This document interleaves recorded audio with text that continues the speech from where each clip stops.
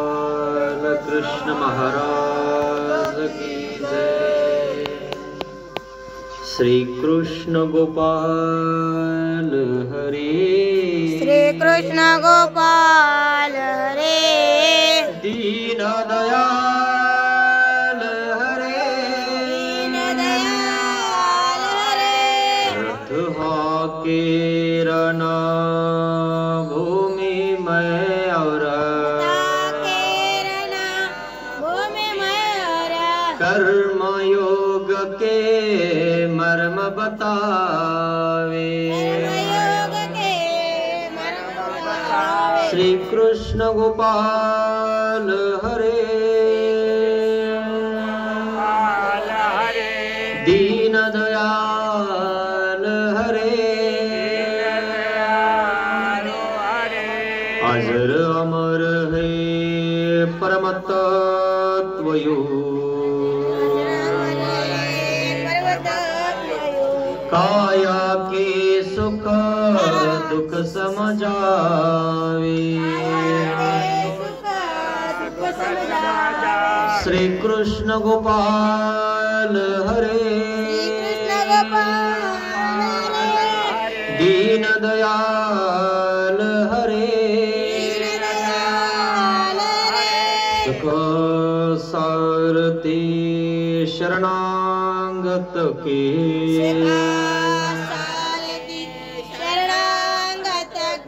सदा प्रीतपाल हरे,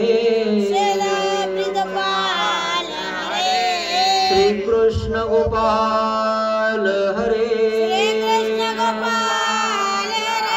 दीन दयाल हरे, दीन दयाल हरे, दीन दयाल हरे, दीन दयाल हरे, दीन दयाल हरे, दीन दयाल हरे, दीन दयाल हरे।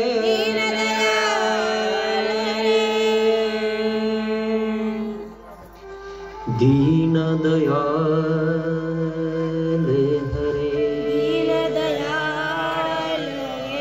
श्री गोपाल कृष्ण महाराज की जय। नामाचे 10 ठाय हा बघण्याचा प्रयत्न आपण करत आहोत। नामामुळे संरक्षण होतं हे आपण काल बघितलं। नाम जर आपल्या मुखात असेल तर आपण देवाला बोलवू शकतो, देव आपल्याकडे येऊ शकतो। आणि जर आपल्याला नामच माहित नसेल तर आपल्याकडे कोण येणार?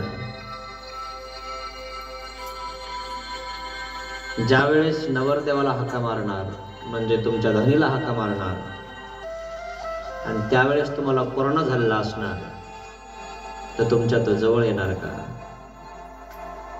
कोरोना यासाठी म्हणतोय की त्यातनं तुम्ही निघालेले आहात, तुमच्या जवळ येत होतं का कोणी? तुम्ही दिल्ली मुंबईहून जर गावात आले तर गावातले गावात येऊ देत नव्हते ना, आले तर 14 दिवस लांब ठेवत होते। खरंय ना? कोण कोणाचं आहे? आणि म्हणून नाम तुमचं संरक्षण करत असतं आणि म्हणून नामाने सिद्धी प्राप्त होते। पुढे या असं मागे नका बसू, पुढे आहे ना अजून जागा। नामाने सिद्धी प्राप्त होते आणि म्हणून नाम महत्वाचा आहे। नामामुळे दिवस उगतो, दिवस मावळतो। नाम घेणारा जर नसेल दिवस सुद्धा उगणार नाही, नष्ट होऊन जाईल सगळं।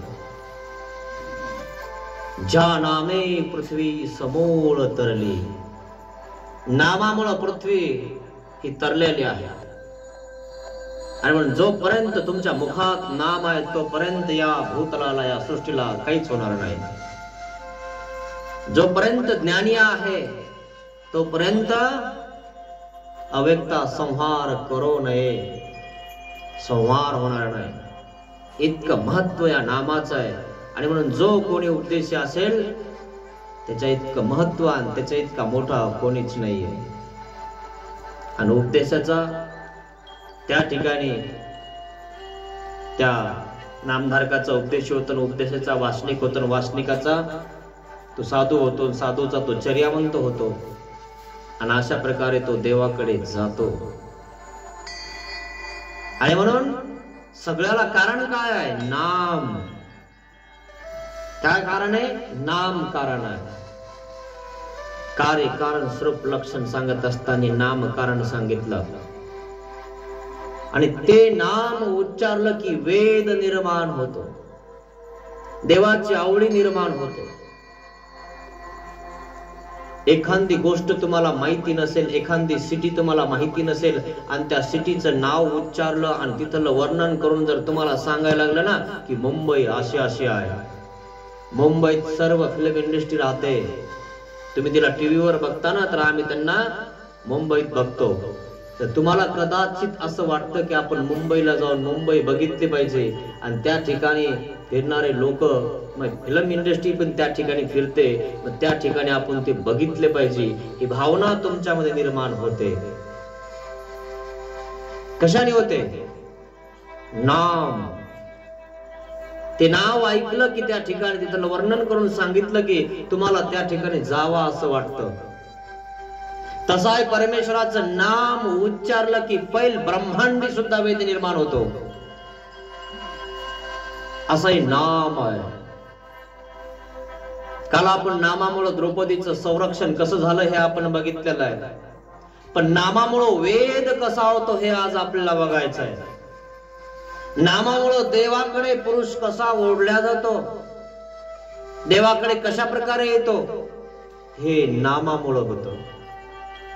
आणि म्हणून तुम्ही जेवढे काही नामधारक आहात, तुमच्या घरच्यांना, दारच्यांना, मुलांना, बाळांना त्या ठिकाणी त्या नामाचं स्मरण करायला सांगता. आणि ज्यांनी नाम घेतलं नाही त्याला नाम घ्यायला सांगता. 8 वर्ष झालं की हा तुमचा संस्कार आहे. आणि म्हणून ते नाम कसं आहे आणि त्या नामाने वेद निर्माण कसा होतो. आणि म्हणून नामे वेद, नामाने वेद होतो, पण झाला कोणाला? आणि म्हणून एक कथा सांगत आहे की नामामुळे वेद झाला नागदेव आचार्यांना. नागदेव आचार्य हे पुरी गावचे होते. आबाईसा त्यांची आई होती, उमाईसा त्यांची बहीण होती, महादाईसा त्यांची चुलत बहीण होती. हे कुटुंब पुरी या गावाला आपला प्रपंच चालवत होत. प्रपंच करत असताना प्रपंचामध्ये खूप भावी स्वप्न त्यांनी रंगवले होते. आणि मग त्यांच्या आई वडील आपल्या आपल्या मुलांना त्या ठिकाणी मोठं करावं म्हणून त्या ठिकाणी नागदेव आचार्याला वेदाच्या कांड्या शिकायला त्या ठिकाणी आश्रमामध्ये टाकलं. आणि नागदेव आचार्य त्या ठिकाणी वेद अभ्यास करायला लागलेले आहे.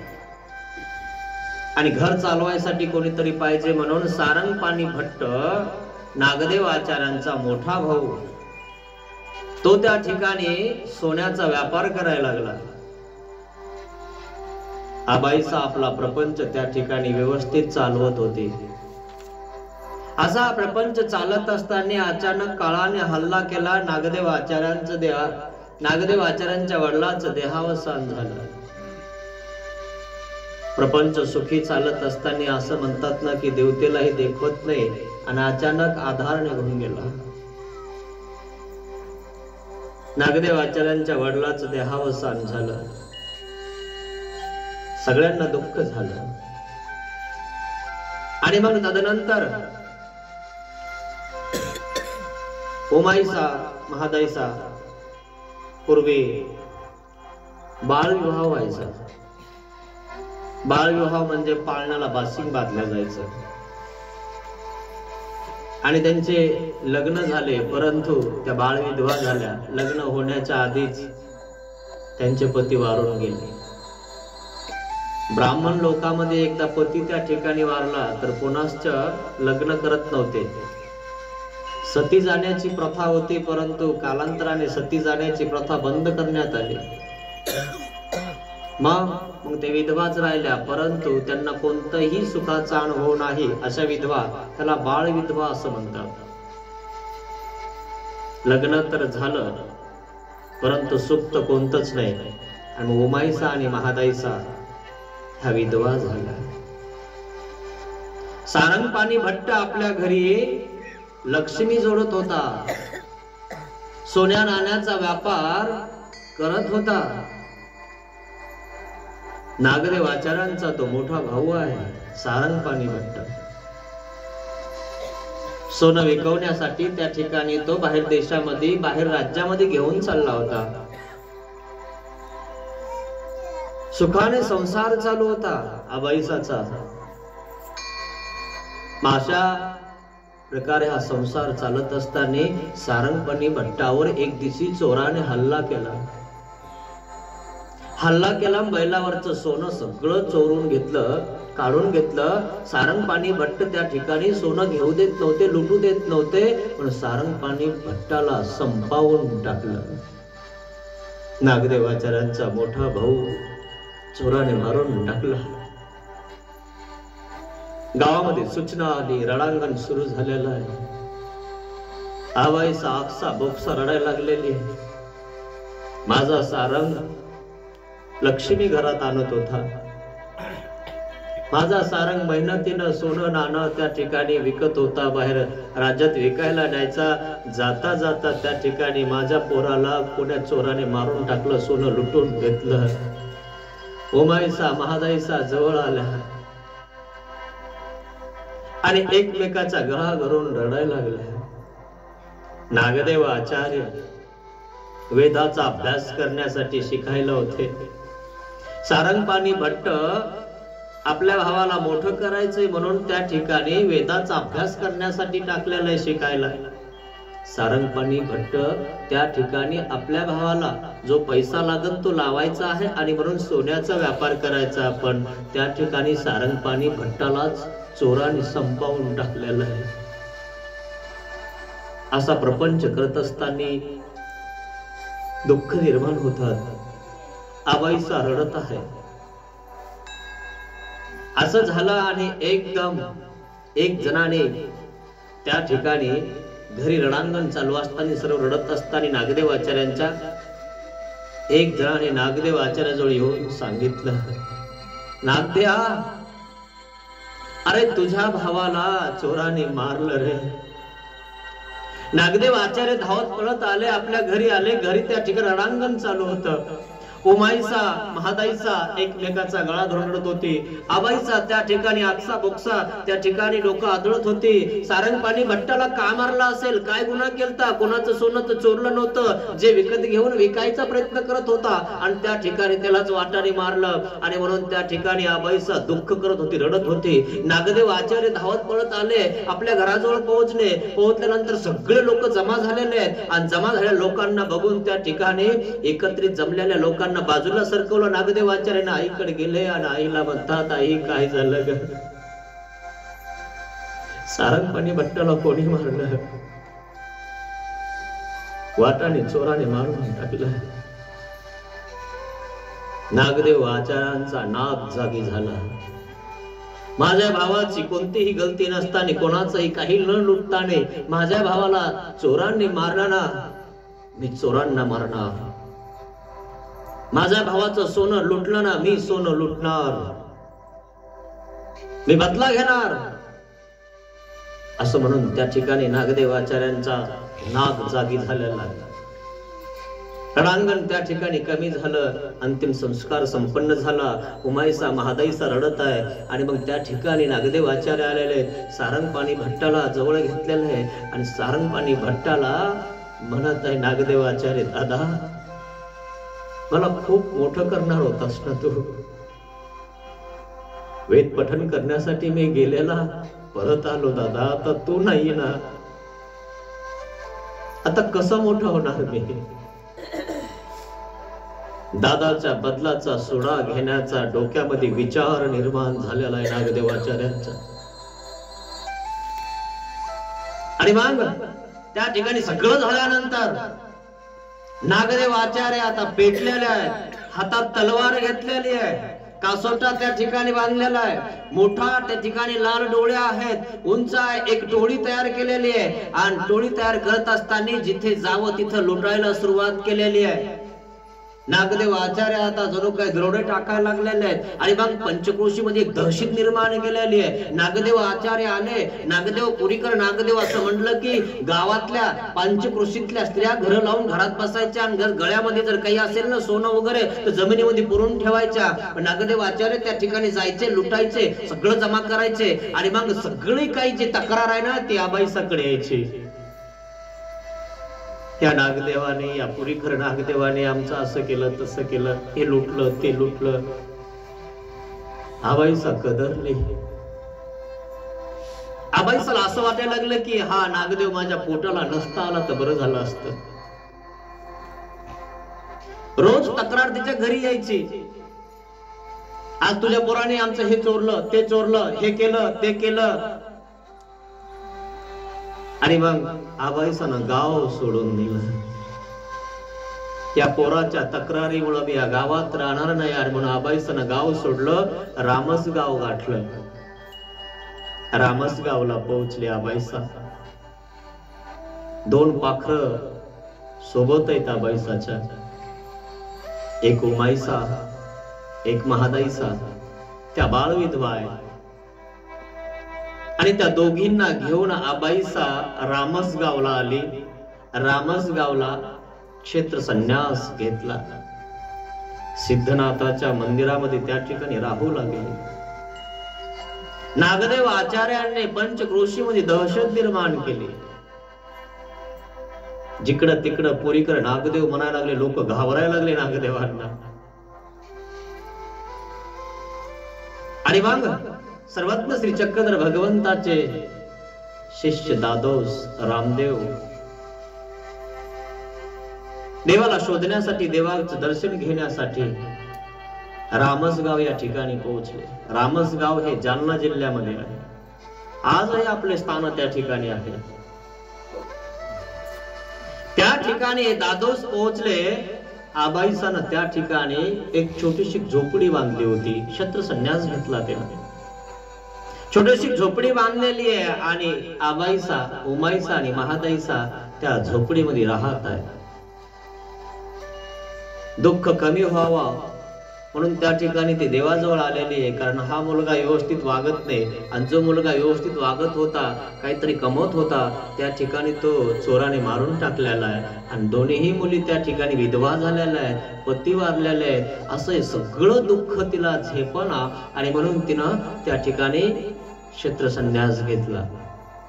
स्थानावर आली, झोपडी बांधली आणि त्या ठिकाणी अचानक दादोस नावाचे स्वामींचे शिष्य त्या ठिकाणी पोहोचलेले आणि त्या ठिकाणी आल्यानंतर त्यांना दर्शन वगैरे होतं आणि आबाईसा, उमाईसा, महादाईसा दादोसाला म्हणतात, या ना आमच्या झोपडीमध्ये बसा. आणि त्या ठिकाणी ते बसतात आणि सर्वज्ञ श्री चक्रधर भगवंताच्या कथा सांगतात, लीळा चरित्र सांगतात. माणसाला जर लीळा चरित्र जर सांगितलं ना तर माणसाचं चरित्र बदलून जातं. मित्रांनो, चरित्र तसं आहे, पण आपण लीळा चरित्र ऐकत नाही आणि आपलं चरित्र बदलावं असं आपल्याला वाटत नाही. जर तुमचं चरित्र तुम्हाला बदलवायचं असेल आणि चांगलं करायचं असेल ना, लीळा चरित्र रोज एक पान वाचा, तुमचं चरित्र बदलून जाईल. नागदेव आचार्याचे चरित्र याचमुळे बदललं. आता त्या ठिकाणी क्षेत्र संन्यास घेतलेला आहे. दादोस त्या ठिकाणी आलेले आणि दादोस त्या झोपडीमध्ये बसलेले आहेत. आणि आता झोपडीमध्ये बसल्यानंतर या दोघी तिघी आहेत, आबाईसा आहे, उमाईसा आहे, महादाईसा आहे. आणि उमाईसा आणि महादाईसा त्या ठिकाणी तरुण आहेत आणि आबाईसा त्या ठिकाणी वयस्कर आहे. पण या तिघींची झोपडी आहे त्या ठिकाणी. त्या ठिकाणी दादोस नावाचा एक संन्यासी, एक देवाचा शिष्य त्या ठिकाणी पोहोचलेला आहे आणि तो देवाचा दर्शनीय आहे त्या ठिकाणी आणि देवाच्या कथा सांगायला लागलेला आहे.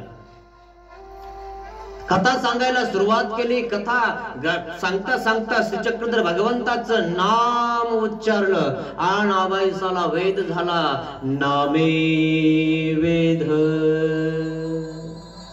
माणसाला आनंद व्हायला लागला, महादाईचा उमाईचा त्या लीळेमध्ये तन्मय व्हायला लागल्या आणि त्यांना असं वाटायला लागलं की श्रीचक्रधर भगवंताला भेटायला आम्ही कधी कधी जावं. आणि म्हणून त्या ठिकाणी त्या रमलेल्या आहेत आणि त्यांचं हे दुःख नाहीसं व्हायला लागलेलं आहे. नागदेव आचार्य आपले भाऊ आहेत, माझा मुलगा आहे, त्यांनी काय केलं, कुठं काय डाका टाकलेला आहे हे विसरायला लागलेले आहेत, कारण ते आता देवाचं लीळा चरित्र ऐकत आहेत आणि त्या लीळा चरित्रामध्ये तन्मय झालेले आहेत. पण असं हे रोज त्या ठिकाणी लीळा चरित्र दादोस सांगत आहेत, कथा सांगत आहेत, सर्वज्ञ श्री चक्रधर भगवंताच्या ह्या तिघींना सांगत आहेत, त्या झोपडीमध्ये सांगत आहेत. पण कोणी एक जणाने कांडी केली.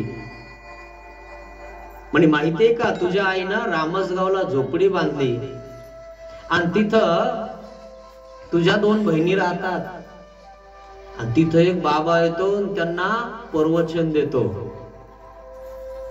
आणि त्यांना त्या बाबापासून आनंद होतो. त्या असं म्हणतात. नागदेव आचार्यांनी मागे वळून बघितलं, हातात तलवार घेतली. यासाठी झोपडी बांधली का तिला तिथं? आणि मग नागदेव आचार्यांनी त्या ठिकाणी दहशत निर्माण केली.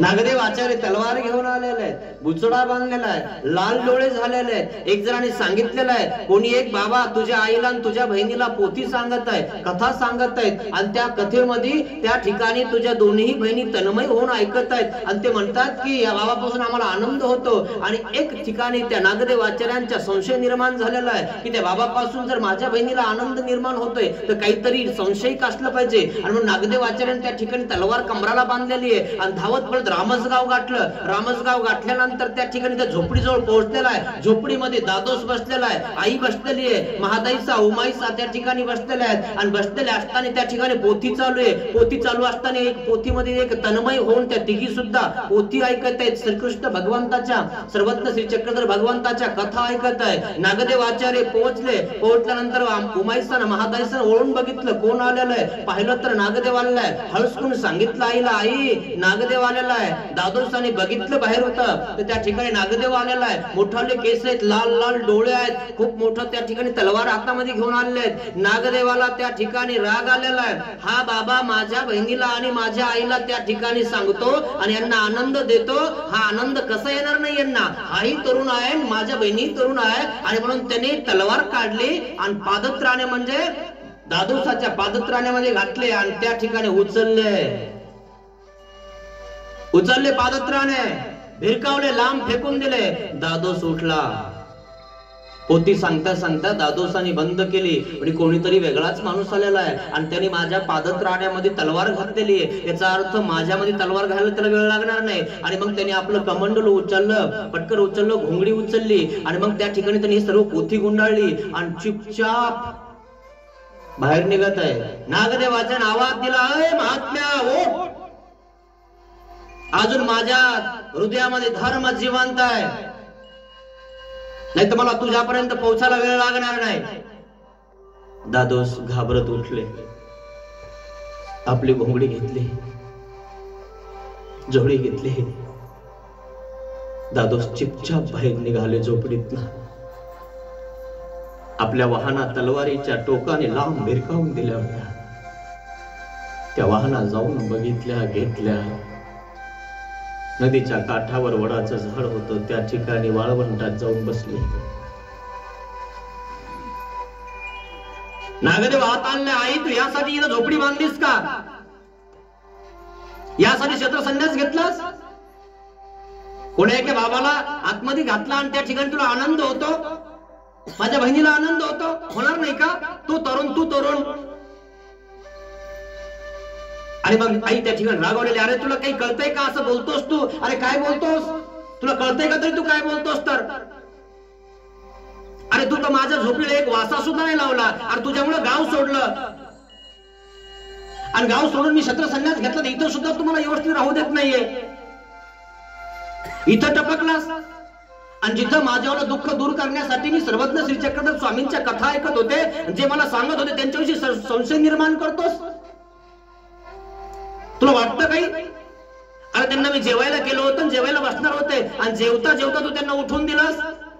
चांगलं नाही केलं नागदेवा तू, हे चांगलं नाही केलं. खूप रागवले अक्सा बोक्स करून रडायला लागलेली आहे. अरे तुझ्यामध्ये तर ताकद नाहीये तुझ्या दोन बहिणीला सांभाळायची, माझ्यामध्ये ताकद आहे म्हणून तिथं झोपडी बांधून मी त्या दोघींना सांभाळत आहे आणि तू लोकांचे घर उद्ध्वस्त करतोस. अरे कशाला माझ्या पोटाला जन्मलास, याच्यापेक्षा नसता जन्म तर बरं झालं असतं. खूप बोलली. आपली आई नागदेवाच्याला बोलत आहे. नागदेवाच्याला असं वाटलं की माझी आई मला एवढी कधीच नाही बोलली, आज खूप बोलली. आई जेवताना माणसाला उठवणं हे खरं आहे, आयुष्य उणे होय. आई बोलावून आणतो मी त्या बाबाला. जाऊ का? जा बोलावून आण, सांग आबाईसानं बोलवलंय. दादोस वाळवंटात बसलेले. नागदेव आचार्यांना दादोसाकडे पाठवलं. नागदेव आचार्यांचा विचार उद्धव झालेला आहे. जर हे साधू असतील तर हे परत येतील माझ्यासोबत बोलवलं की, कारण साधूला राग द्वेष नसतो. नागदेव आचार्य आईनं सांगितलं आणि दादोसापाशी पोहोचले. दादोस घाबरले. म्हणे हा माझे पादत्राणे तलवारीने यांनी फेकून दिले होते, हा तर इकडं पण येतोय, मला काही करतोय की काय माहित. आता मी ते एकलाच आहे या ठिकाणी, पण मी आता झोपडीत नाहीये. दादोसाने पोथी उघडली, पोथीमध्ये त्या ठिकाणी डोकं घातलं, वर नाही बघितलं. नागदेवाचार्य जवळ आलेले. आता दादोसाला घाम फुटायला लागलेला. नागदेवाचार्य म्हणजे नाग आहे. तलवारीनं माझ्या चपला जर त्यांनी बाजूला फेकलेल्या आहेत तर मला इथे येऊन फेकणार तर नाही ना, कापणार तर नाही ना. साधू संत सात्विक असतात. दादोस थरकाप सुटलेला आहे, पण दादोसाने आपल्या पोथीमध्ये डोकं घातलं, वर नाही बघितलं. नागदेव आचार्य आले, वाळवंटामध्ये आले, समोर आले, समोर येऊन बसले. दादोस वर बघायला तयार नाही, पण नागदेव आचार्य समोर येऊन बसले. नागदेव आचार्यांनी दंडवत केला. महात्म्य, तुमच्यापासून आनंद येतो मला, तुमच्याकडनं आनंद होतो ना. आणि मग दादोस वर बघून बोलायला लागता. आमच्यापासून आनंद होतोही नाहीही, पण आमच्या श्रीचक्रधर भगवंतापासून आनंद होतो, स्थिती होते. नामे वेद. नागदेव वचनाला नाम उच्चारले की आनंदाचा संचार झाला, स्थितीचा संचार झाला आणि एक प्रकारे त्यांना आनंद यायला लागलेला आहे. आणि मग त्यांना सुद्धा आनंद यायला लागल्यामुळं त्या ठिकाणी ते नागदेव आचार्य दादोसा समोर बसलेले आहेत आणि मग ते आनंद भरीत झालेले आहेत. त्या नामामध्ये त्या ठिकाणी श्रीकृष्ण सर्वज्ञ श्री चक्रधर भगवंताचं नाम उच्चारल्यामुळं त्यांना वेद निर्माण झालेला आहे. नामे वेद. नागदेव आचार्य समोर बसले, एक दोन कथा सांगितल्या आणि मग त्या कथामध्ये तन्मय झालेले आहेत नागदेव आचार्य. आणि मग तन्मय झाल्यानंतर नागदेव आचार्य दादोसाला म्हणतात, चुकलं माझं, माझ्या आईच्या विरोधात गेलो, तुम्हाला वाईट बोललो, परंतु माझ्या आईचा तुम्हाला विनंती आहे, माझी विनंती आहे की आपण भोजनासाठी आमच्या झोपडीत चला. तुम्हाला मी तिथून उठवून लावलं. दादोसाच्या त्या गिळामुळं, कथामुळं देवाचं नाम उच्चारला, नामामुळं वेद नागदेवाचार्यला झाला आणि वेद म्हणजे आवडी निर्माण झाली आणि आवडी म्हणजे सवडी निर्माण झाली. नागदेव आचार्यांची तलवार बाजूला पडली. नागदेव आचार्यांनी आता तलवारी ऐवजी दादोसाचं कमंडलू हातात घेतलेलं आहे आणि दादोसाचं घोंगड हातात घेतलेलं आहे. आणि मग दादोस म्हणतात, चला तुमच्या झोपडीत जायचंय. दादोसाचं पटकन नागदेव आचार्याने हातात घेऊन त्या ठिकाणी त्या दादोसाच्या मागे चालत आहे. दादोस पुढे चालत आहे. आबाईसा, उमाईसा, महादाईसा बघत आहे.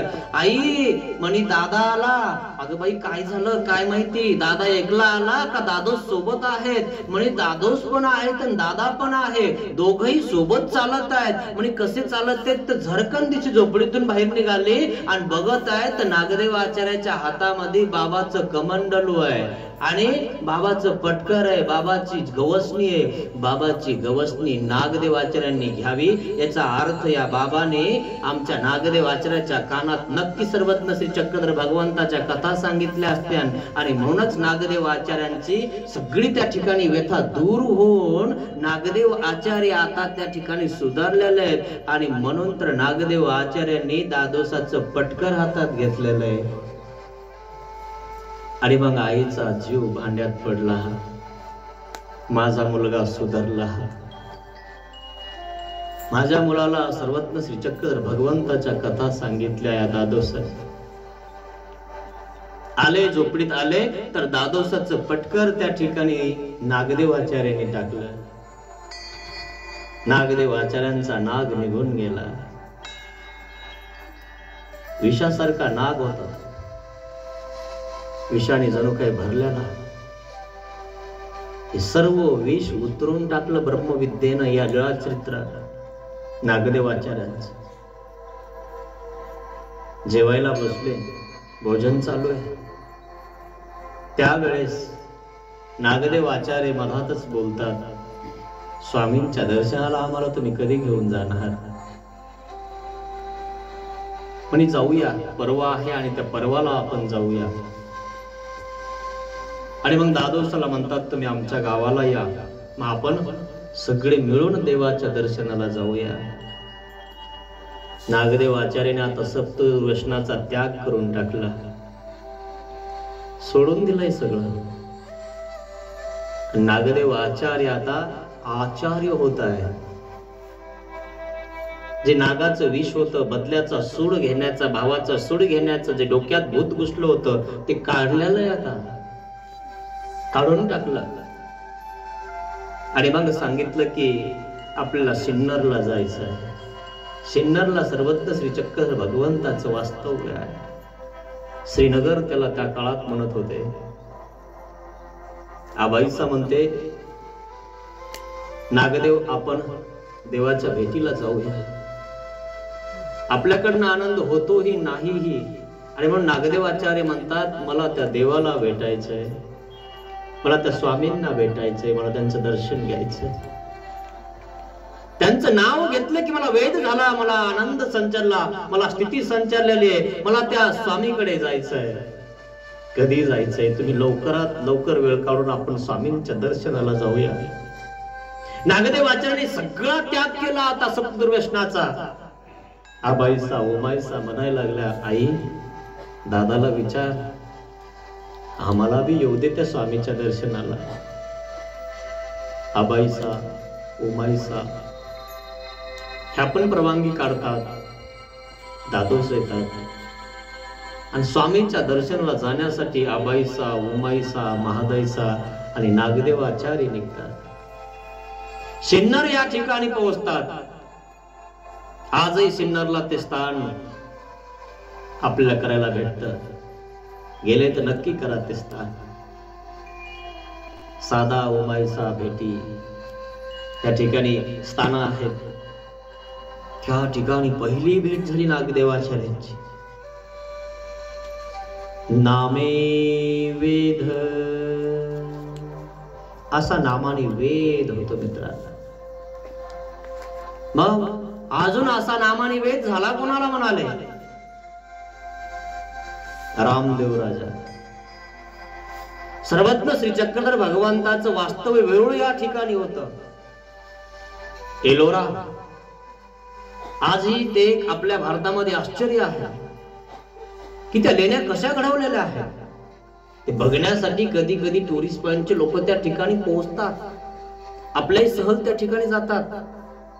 या सर्व लेण्यामध्ये सर्वज्ञ श्री चक्रधर स्वामींचं वास्तव्य झालेलं आहे. त्या कटक देवगिरीला त्या ठिकाणी रामदेव राजा राज्य करत आहे. सर्वज्ञ श्री चक्रधर भगवंत वेरूळ या ठिकाणी पोहोचले. वेरूळ या ठिकाणी पोहोचल्यानंतर देवाने आपल्याला विजनाचं ठिकाण बघायला सांगितलं. आणि मग विजनाचं ठिकाण नागदेव आचार्य बघून आले आणि 3 मठ बघितले. एक बैसासाठी स्वयंपाकाला खोली, एक भक्तजनांना राहायला आणि एक देवासाठी. त्या मठाचं नाव आहे चतुर्वेद मठ. त्या चतुर्वेद मठाला स्वामींचा 6 ते 8 महिने वास्तव्य झालं. स्वामींनी अपार वेदवंती स्वीकारली त्या चतुर्वेद मठाला. स्वामींचं नाव ऐकलं की त्या ठिकाणी सगळ्या लोकांना वेद निर्माण होत होता. सर्व लोक त्या ठिकाणी स्वामींच्या दर्शनाला येत होते, स्वामींच्या प्रवचनाला येत होते. वेद निर्माण झाला, इतका वेद निर्माण झाला, इतका वेद निर्माण झाला की अन्य संन्यासी सुद्धा त्या ठिकाणी स्वामींच्या दर्शनाला यायला लागले. सगळे यायला लागले, सगळे लोक यायला लागले. राजाच्या सभेमध्ये बसणारे लोक सुद्धा यायला लागले. राजा एकला सिंहासनावर बसायचा आणि राजाने एक दिवशी विचार केला, म्हणे हे सगळे जातात कुठं, माझ्या सभेमध्ये नसतात. पालाडांगा नावाचा त्या ठिकाणी एक राजाचा सेवक स्वामींच्या दर्शनाला रोज जात होता, रोज जात होता.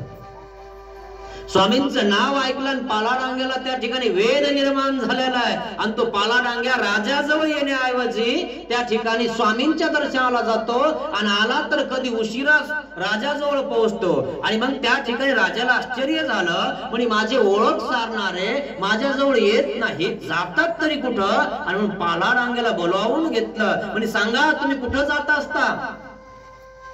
म्हणजे महाराज अभय द्याल तरी सांगेल. म्हणजे दिला भय, सांगा. म्हणजे महाराज आपल्या वेरूळ नगरामध्ये चतुर्वेद मठाला एक स्वामी आलेले आहेत. त्यांचं नाव श्रीचक्रधर भगवंत. आणि वेद झाला, राजाला वेद झाला, वेद झाला. आणि मग त्या ठिकाणी पालाडांग्या त्या ठिकाणी राजाला वर्णन करून सांगत आहे. काय सांगू त्यांचे सौंदर्य, काय सांगावं त्यांचं सौंदर्य, काय सांगावं त्यांची मराठी भाषाची बोली, काय मस्त निरूपण करतात. एकदम सरळ आणि सोप्या भाषामध्ये श्रीमद भगवद्गीता समजावून सांगतात. आणि म्हणून महाराज मी त्यांच्याकडे रोज जातो, त्यांचं दर्शन घेतो.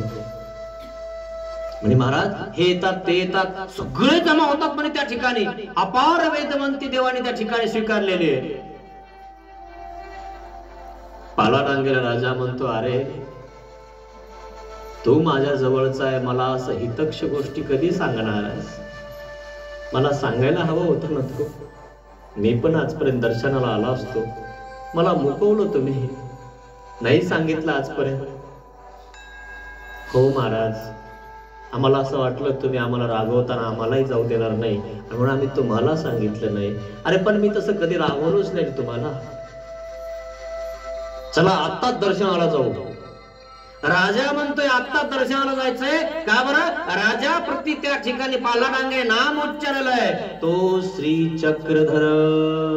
राजाला वेद निर्माण झालाय आणि राजाला वेद म्हणजे आवडी, आवडी म्हणजे सवडी. राजा आता सवळ काढत आहे त्या राजकारणामधून, राज सिंहासनावर उठवत आहे आणि त्या ठिकाणी पालाडांगेला सांगतोय चला आपल्याला आत्ताच जायचंय.